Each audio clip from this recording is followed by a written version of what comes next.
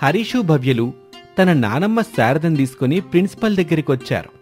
నమస్తే మేడం. నమస్తే. మీరు హరీష్ భవ్యలకి ఏమవుతారు? నానమ్మనవుతాను మేడం అని శారద చెప్పగానే ప్రిన్సిపల్ కోపంగా పిల్లల్ని చూస్తూ, హరీష్, భవ్య, నేను మీకు ఏం చెప్పాను? మీరు ఏం చేశారు అని అడిగింది. దాంతో హరీష్ భయంగా చూస్తూ, మా మమ్మీ పనికెళ్ళింది మేడం, అందుకే రాలేకపోయింది. పిల్లల చదువు కంటే తనకి తన పని ముఖ్యమా? అలా అని కాదు మేడం. నా కోడలు 10 వరకు చదువుకుంది. సర్పంచ్ దగ్గర ఏవో లెక్కలు రాస్తా ఉంటది. అందుకు సర్పంచ్ గారు ఎంతో కొంత డబ్బులు ఎత్తాడు. ఆ డబ్బులతోనే మా కోడలు మమ్మల్ని చూసుకుంటా పిల్లల్ని చదివించుకుంటా ఉంటుంది. సరేలే, నేను మిమ్మల్ని ఎందుకు రమ్మని పిలిచానో మీ పిల్లలు చెప్పారా? లేదు మేడం, ఉదయం స్కూల్కి రెడీ అయ్యాక మమ్మీ నిన్ను మా ప్రిన్సిపల్ మేడం రమ్మని చెప్పిందని చెప్పారు. కోడలికి ముఖ్యమైన పని ఉండడంతో నన్ను వెళ్ళమని చెప్పింది. అందుకే నేను వచ్చాను మేడం. మీ పిల్లలు ఎంత చెప్పినా చదవడం లేదండి. ఏం చేయమంటారు? మంచిగా చదువు చెబుతారనే కదా మేడం మా తాహతకి మించి పిల్లల్ని మీ దగ్గర బడికి పంపిస్తున్నాం. మళ్ళీ మీరు మమ్మల్ని పిలిచి ఇలా ఎందుకు చెబుతున్నారు? అందుకే నేను వాళ్ళ మమ్మీని తీసుకురమ్మని చెప్పింది. మేం చెప్పింది మీకు అర్థం కాదు, అర్థం చేసుకునే ప్రయత్నం కూడా చేయరు. మేం ప్రశ్న వేస్తే తిరిగి మీరే మాకు ప్రశ్న వేస్తున్నారు. ఇలా అయితే ఎలా చెప్పండి? అది కాదు మేడం, మా పిల్లలు చదవడం లేదని మావు చెబుతున్నారు గాని మా పిల్లలు ఎందుకు చదవడం లేదో తెలుసుకున్నారా మేడం? కనీసం తెలుసుకునే ప్రయత్నమైనా చేశారా? ఇందులో అంతగా తెలుసుకోవడానికి ఏముంది చెప్పండి? ఉంటుంది మేడం. ఎందుకుండదో? ఏదైనా డౌట్ అడిగితే మీ టీచర్స్ చెప్పడం లేదంట. ఒకసారి చెప్పి నోట్స్ రాసుకోమని చెబుతున్నారంట. ఇట్టా అయితే ఎట్టా మేడం? అందుకే కదండి మేము ట్యూషన్ కూడా చెబుతున్నాం.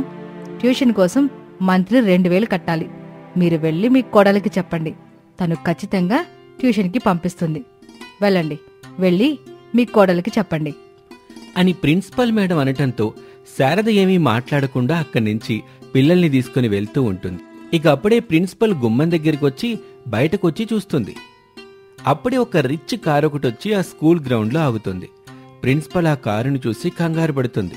తనలో తాను, ఇదేమిటి, రిచ్ సుదర్శన్ గారు వచ్చారు, ఇప్పుడేం చేయాలి?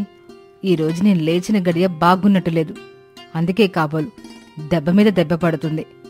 దేవుడా, నన్ను మన్నించు తండ్రి. నేనన్న మాటని వెనక్కి తీసుకుంటున్నాను స్వామి.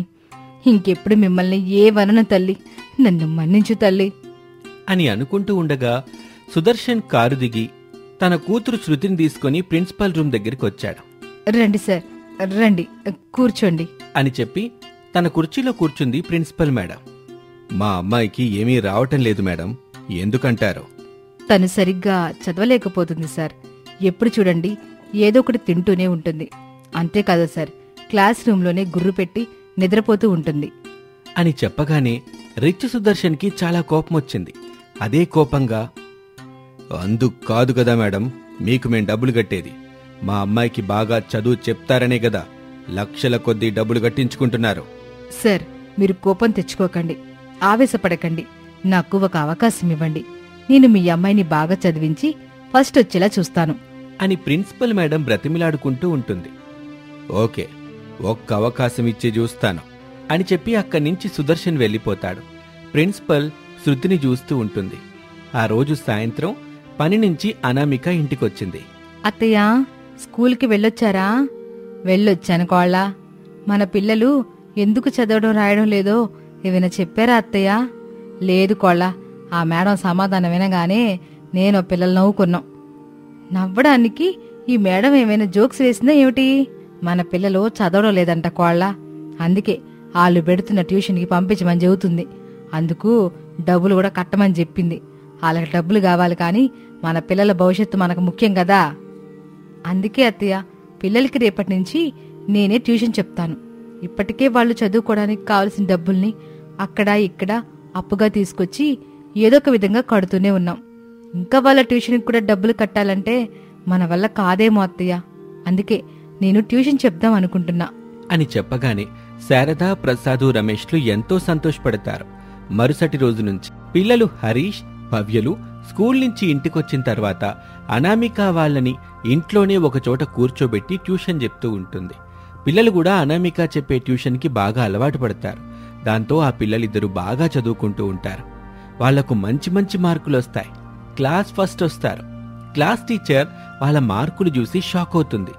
ఆలస్యం చేయకుండా పిల్లల్ని పిలిచి కారణం తెలుసుకుంటుంది. హరీష్, భవ్య, ఎలా మీకు ఇన్ని మార్కులొచ్చాయి? మా మమ్మీ ఇంటి దగ్గర మాకు ట్యూషన్ చెబుతుంది మేడం. మీరు చెప్పిన దానికంటే మా మమ్మీ చెప్పిందే మాకు బాగా అర్థమవుతుంది. అందుకే మేము ఇంత బాగా చదువుకుని మంచి మార్కులు తెచ్చుకున్నాం. అవును మేడం, మా మమ్మీ మాకు ట్యూషన్ చెప్పడం వల్లే మేము ఇంత బాగా చదువుకున్నాం. సరే, మీరు ఇంటికి వెళ్ళండి అని చెప్పగానే పిల్లలు ప్రోగ్రెస్ రిపోర్ట్ తీసుకుని ఇంటికొస్తారు. ఇంటి దగ్గర పిల్లలకొచ్చిన మార్కుల్ని చూసి ఆ కుటుంబం అంతా ఎంతో సంతోషపడుతుంది.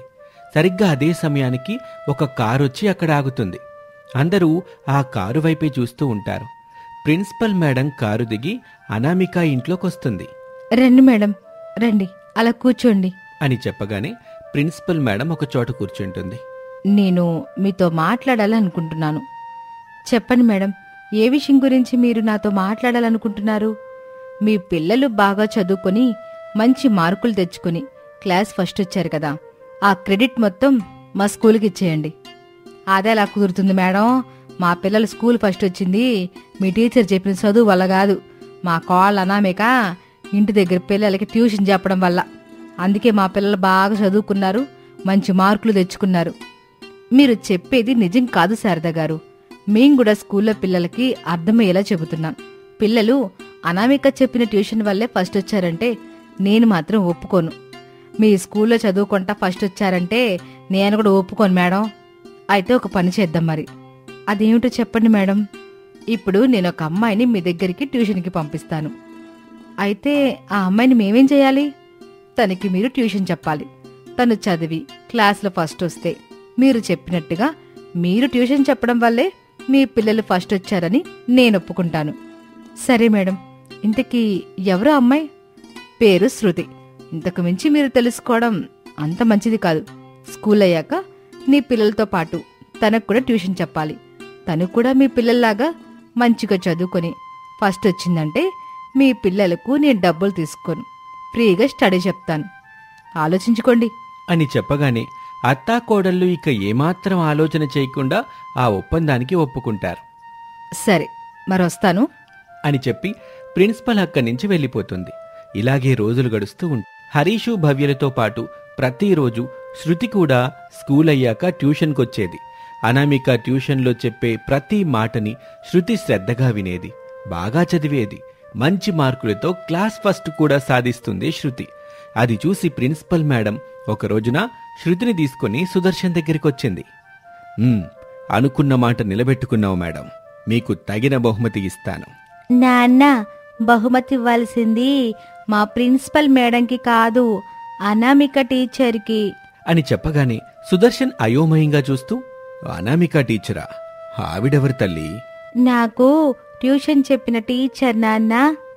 ఈ చదువు చెప్పింది ఈ ప్రిన్సిపల్ మేడం కాదా తల్లి? నాకిన్ని మార్కులు రావడానికి కారణం ఈ ప్రిన్సిపల్ మేడం కాదు నాన్న, అనామిక టీచర్. అవునా బేబీ? అయితే పద, మనం వెంటనే వెళ్ళి ఆ అనామిక టీచర్ని కలుద్దాం. సరే నాన్న అని చెప్పి సుదర్శన్ని తీసుకొని అనామిక ఇంటికొచ్చింది శృతి. అనామిక తన పిల్లలకి ట్యూషన్ చెప్తూ ఉంటుంది. మేడం, మీతో మాట్లాడాలని మా నాన్నగారు వచ్చారు మేడం అని చెప్పగానే సుదర్శన్ దండం పెడతాడు. అనామిక వాళ్ళని చూస్తుంది. అనామిక, మిమ్మల్ని చూస్తుంటే చాలా పేదవాళ్లలాగా ఉన్నారు. నా కూతురు శృతికి చదువు చెప్పి చదువులో వెనకబడిన తనని ఈరోజు క్లాస్ ఫస్ట్ వచ్చేలా చేశారు. మీకు తప్పకుండా నాకు చేతనైన సహాయం చేస్తాను అని కృతజ్ఞతగా సుదర్శన్ కొంత డబ్బులిస్తాడు. అనామిక చాలా సంతోషపడుతుంది.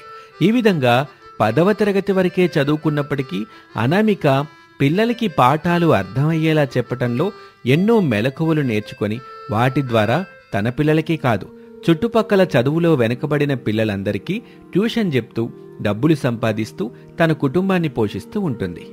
ఈ విధంగా అనామిక ట్యూషన్ సెంటర్ ఆ చుట్టుపక్కల చాలా పాపులర్ అవుతుంది.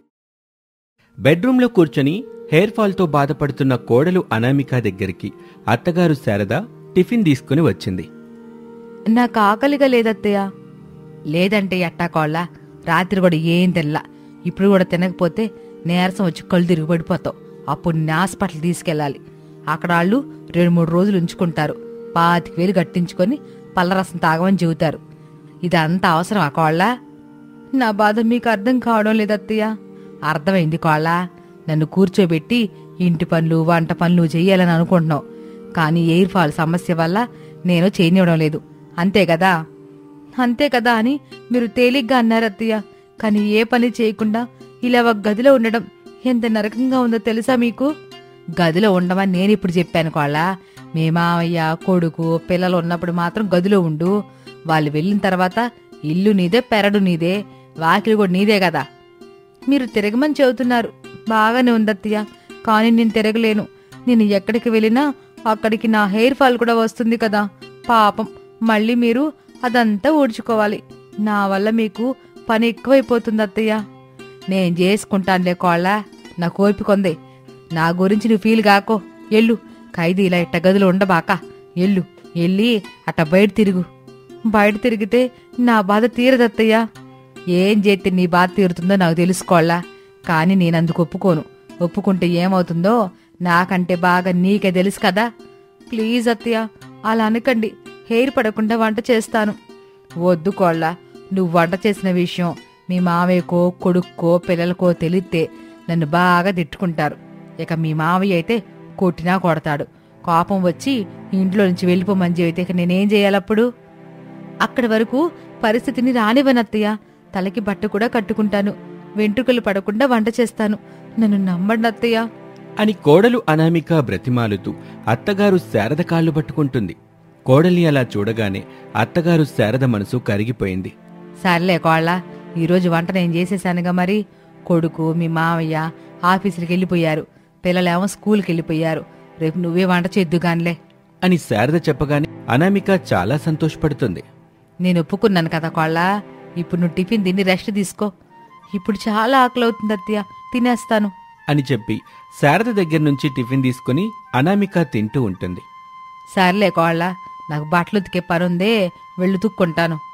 టిఫిన్ చేసిన తర్వాత నేను బట్టల్ని వాష్ చేస్తాను అత్తయ్య అని అనామిక చెప్పి గబగబా టిఫిన్ తినేసి ఆ గది నుంచి వెళ్ళిపోతుంది. మరుసటి రోజున ఆఫీస్ టైం కావటంతో బనియన్ మీదున్న రమేష్ షర్టు వేసుకోవాలని పట్టుకుంటాడు.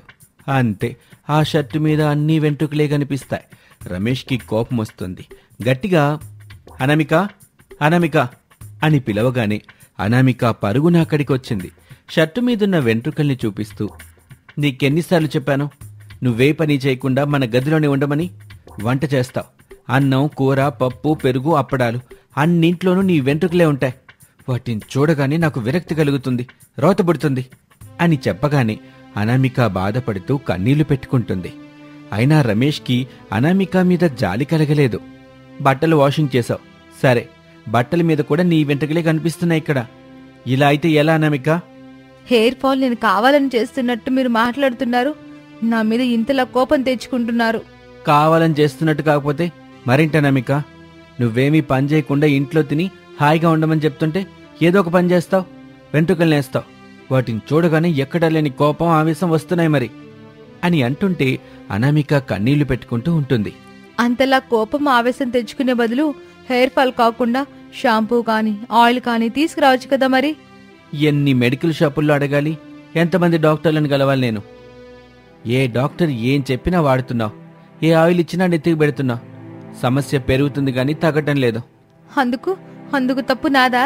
నీది కాదు, నిన్ను పెళ్లి చేసుకున్నాను కదా, నాది తప్పు అని చెప్పి అక్కడి నుంచి వెళ్ళిపోతాడు. అనామిక ఏడుస్తూ ఉంటుంది. శారద ఓదార్చే ప్రయత్నం చేస్తుంది. అలా లంచ్ టైం అయింది. ఒక ఆఫీస్లో పనిచేసే ప్రసాదు లంచ్ బాక్స్ తీసుకుని కొలీగ్స్తో తినటానికి కూర్చున్నాడు. పాపం, అతనికి తెలీదు వంట చేసింది తన హెయిర్ ఫాల్ సమస్య ఉన్న కోడలు అనామిక అని. తను లంచ్ బాక్స్ ఓపెన్ చేయగానే అందులో అన్ని వెంట్రుకలే కనబడతాయి. యారా ప్రసాదు, ఏం తీసుకొచ్చావి రోజు? ఏముంటుందిరా, రైసు పప్పు పెరుగు అంతే కదా అని చెప్పి లంచ్ బాక్స్ ఓపెన్ చేశాడు. అంతే, రైస్లో వెంట్రుకలు, పప్పులో వెంట్రుకలు, పెరుగులోనూ వెంట్రుకలే కనిపిస్తాయి. మాణిక్యం వాటిని చూసి హేళనగా ప్రసాద్తో ఇలా అంటాడు. ఓహో, హెయిర్ స్పెషల్ అని చెప్తే సరిపోయేది గదరా అని నవ్వుతూ ఉంటాడు మాణిక్యం. ప్రసాద్కేమో కోపమొచ్చింది. లంచ్ బాక్స్ని పట్టుకుని తన సీటు దగ్గరికి వచ్చాడు. ఫోన్ తీసుకుని కోపంగా ఇంటికి ఫోన్ చేశాడు. శారదా, ఈరోజు లంచ్ నువ్వు చేయలేదా? సారీ అండి, ఈరోజు వంట హెయిర్ ఫాల్ కోళ్ళనా మీకు చేసింది. ఎంతకి ఏమైంది ఎట్టా అడుగుతున్నారు? ఏమవుతుంది నీకు తెలీదా? ఆ మాణిక్యం ముందు నవ్వుల పాలయ్యాను. లంచ్ బాక్స్ ఓపెన్ చేయగానే రైస్లో వెంట్రుకలు, పప్పులో వెంట్రుకలు, పెరుగులోనూ అవే. ఇట్టా ప్రతి దాంట్లో వెంట్రుకలు కనబడుతుంటే ఎరా ఈరోజు హెయిర్ స్పెషల్ అని చెప్పలేదని నవ్వాడాడు. తల తీసేసినట్టయింది. సారీ అండి, ఇంకెప్పుడు కోడల చేత వంట చేయించను. మీ పరిస్థితి ఇలాగుంటే కొడుకు రమేష్ పరిస్థితి ఎట్టాగుందో. ఎందుకైనా మంచిది కొడుక్కి ఫోన్ చేసి విషయం చెప్పు. నవ్వుల పాలు కాకుండా వాడైనా జాగ్రత్త పడతాడు. అట్టాగేనండి, ఈ పూటకి మీరు బయట నుండి అన్నం తెచ్చుకోండి అని చెప్పి శారద ఫోన్ పెట్టేస్తుంది. వెంటనే కొడుకు రమేష్కి ఫోన్ చేస్తుంది. రమేష్ ఆఫీస్లో లంచ్ టైం అయినా వెళ్లకుండా వర్క్ చేసుకుంటూ ఉన్నాడు. అప్పుడే అతని ఫోన్ మోగుతూ ఉంటుంది. చెప్పమ్మా. బాబు రమేషు, అన్నం తినేసావా? ఇంకా లేదమ్మా, వర్క్లో ఉన్నాను. ఓ 10 నిమిషాలైతే వర్క్ అయిపోతుంది, అప్పుడు చేస్తాను. వద్దు బాబు, వద్దు, తినబాక. నువ్వు లంచ్ బాక్స్ ఓపెన్ చెయ్యొద్దు. ఎందుకమ్మా, ఏమైంది? ఈరోజు వంట అనామిక చేసిందిరా అని చెప్పగానే రమేష్ ఓ క్షణం పాటు ఆశ్చర్యపోయాడు. బాబు రమేషు, ఉన్నావా? ఉన్నానమ్మా. ముందుగా ఫోన్ చేసి విషయం చెప్పావు, లేదంటే ఆఫీస్లో అందరి ముందు నా పరువు మొత్తం పోయేది. లంచ్ బాక్స్ ఓపెన్ చేయగానే అన్నిట్లోనూ అనామిక వెంట్రుకలే ఉండేవి. ఆఫీస్ వాళ్ళు చూసి నవ్వుకునేవాళ్ళు. విషయం తెలిసి ఎవరైనా సీరియస్ అయ్యేవాళ్ళు. ఏదేవైనా లంచ్ బాక్స్ మాత్రం ఓపెన్ చేయబాకు బాబు అని చెప్పి శారద ఫోన్ పెట్టేస్తుంది. ఇక అప్పుడే హెయిర్ ఫాల్ కోడలు అనామిక టీ తీసుకుని శారద దగ్గరికి వచ్చింది. ఆ టీలో కూడా హెయిర్ ఉండటం శారద చూస్తుంది. ఏంటే కోళ్ళ ఇవి, కొంచెం చూసుకోవాలి కదా.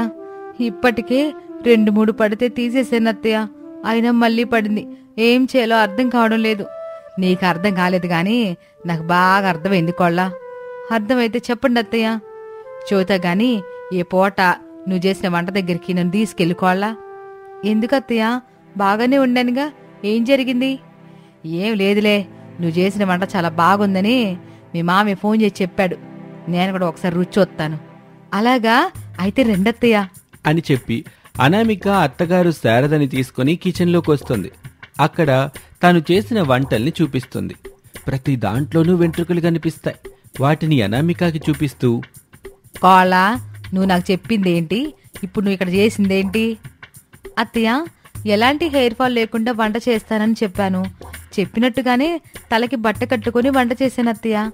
కానీ ఇలా వెంట్రుకలు ఎలా పడ్డాయో నాకు ఇప్పటికే అర్థం కావడం లేదు. ఆలోచించుకోళ్ళ, నువ్వే ఏదో తెలుగు తక్కువ పని చేసే ఉంటావు. అందుకే వంటలు మొత్తం వెంట్రుకలు మయమైపోయాయి. అది చూసి మీ మావయ్య ఫోన్ చేసి క్లాస్ తీసుకున్నాడు నాకు. సారీ అత్తయ్య, నేను తలకి బట్ట కట్టుకునే వంట చేశాను. కానీ వంటకాల్లో వెంట్రుకలు ఎలా వచ్చాయో అర్థం కావడం లేదు. నువ్వు ఏదో ఒక తప్పు చేసే ఉంటావు కోళ్ళ. ఆ ఏదో ఒక తప్పు ఏమిటి చెప్పు, బాగా ఆలోచించుకుని చెప్పుకోళ్ళ అని చెబుతూ ఉండగా కోడలు అనామికకి వెంటనే గుర్తొచ్చింది. అప్పుడు అనామిక అత్తగారితో ఇలా అంటుంది.